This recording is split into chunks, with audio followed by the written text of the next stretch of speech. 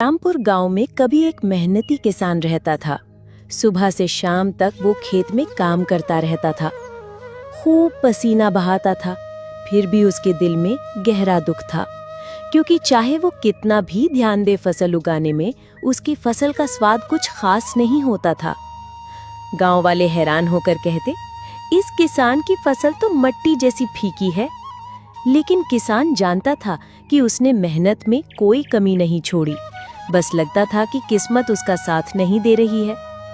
अरे सुनो, ऐसे बैठे बैठे तो कोई आकर कुछ काम नहीं देगा, हमें कुछ तो करना पड़ेगा।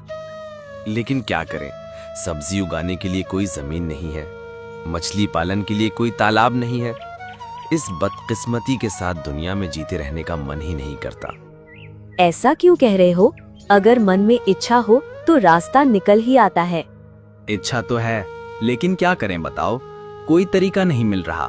देखो, अगर हम कुछ आसान खेती करें तो हमारे लिए अच्छा रहेगा। लेकिन क्या उगाएंगे? देखो, अब इस गर्मी में बाजार में लौकी नहीं मिलती। अगर हम लौकी उगाएं तो हमें अच्छा फायदा होगा। हाँ, वो तो ठीक है, लेकिन लौकी की खेती करने के लिए हमें तो जमीन चाहिए। जमीन कहाँ से मिलेगी? तुम थोड़ा देवाशीष बाबू से बात करके देखो ना, देखो वो जमीन देंगे या नहीं।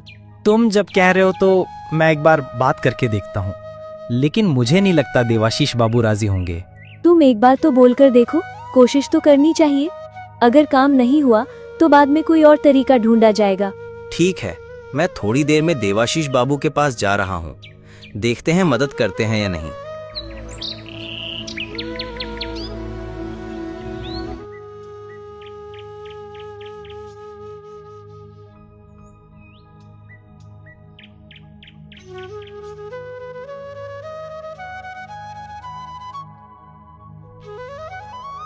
अरे हारू, ये दोपहर के समय मेरे घर क्या काम लेकर आई हो? बाबू, मैं एक मदद के लिए आई हूँ, दया करो। तुम लोग तो बस मदद के लिए ही आते हो। जब भी मुझे मदद चाहिए तुम मुझे ढूंढ लेते हो। ऐसा क्यों कह रहे हो? आप तो हमारे गांव के मुखिया हो, मदद चाहिए तो आपसे ही मांगनी पड़ेगी।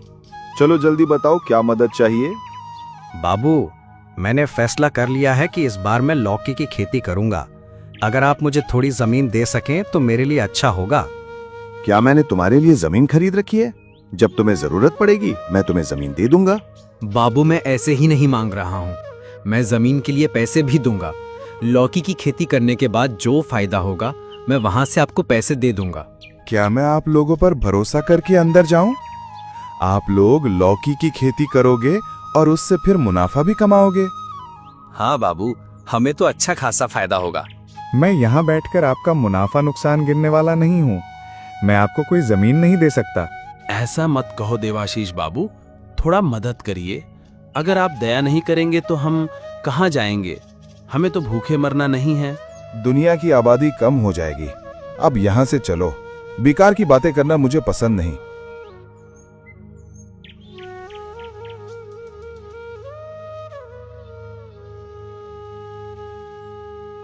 ये बाबू, ये हारू फिर से आपके पास आया था। छोटे लोगों के लिए अब काम क्या बचा है? पूरा दिन लोगों के पास मदद के लिए भटकते रहते हैं। क्या ये तुम्हारे पास मदद लेने आए थे? नहीं तो क्या? नहीं, ये तो लौकी की खेती करेगा। मुझसे जमीन मांगी। मैंने पूछा मैं इसे जमीन क्यों दूं? हाँ, तुम क्यों दोगे? अगर उसे लौकी की खेती करनी है तो अपने खुद की जमीन खरीद ले और फिर खेती करे। इसीलिए तो मैंने मना कर दिया। उसने कहा था कि पैसे देगा, फिर भी मैं राजी नहीं हुआ। लौकी की खेती से क्या फायदा होगा और तुम्हें भी क्या पैसे देगा? मेरी भी तो वही बात है। और ये लोग भी हैं, जब दिमाग में कोई भूत सवार हो जाता है तो इनसे मदद मांगने में इन्हें कोई शर्म नहीं आती। अगर शर्म आती तो खुद ही जमीन खरीद लेते। आपके पास आते ही नहीं। आपने मना करके अच्छा किया। एक बार मिल गए तो बार बार आते। इन छोटे लोगों के खेल में जानता हूँ, इसलिए ही मना किया। तो तुम कहाँ गई थी? सुबह से तुम्हें ढूंढ रहा हूँ। बाबू, इतनी गर्मी में तो घर में टिकना मुश्किल है। ये गांव थोड़ा घूम के आया हूँ, अब थोड़ा अच्छा लग रहा है। अच्छा किया तुमने। मैं तो उस गर्मी में गांव नहीं निकलता। मैं तुम्हें कहता गांव मत जाना। पहले बाबू ठीक है, तो बीवी के भी बहुत काम है, मैं अभी आता हूँ।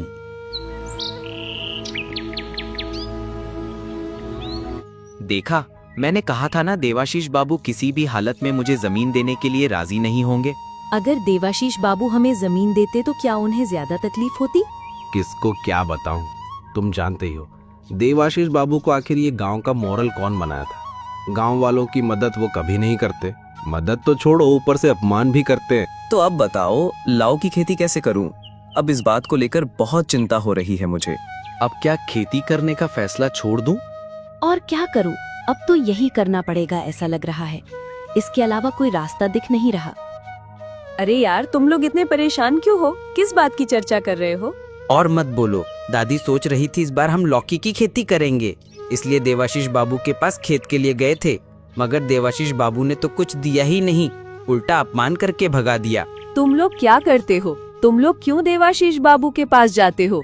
पता है ना, देवाशीष बाबू कभी मदद नहीं करेगा। अब क्या करें दादी, हमारे पास तो अब कोई जमीन नहीं बची जहाँ खेती कर सकें।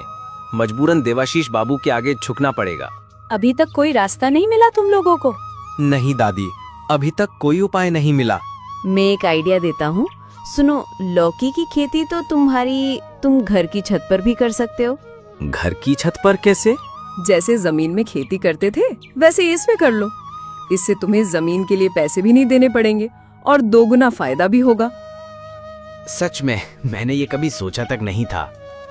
ठीक है दादी, तो फिर हम यही कोशिश करते हैं, एक बार देख लेते हैं।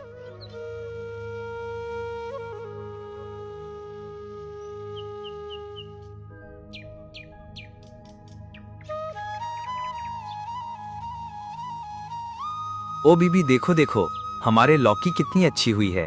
हाँ हाँ, दिख ही रही है। इस बार हमारे पास कितने सुंदर फल हैं।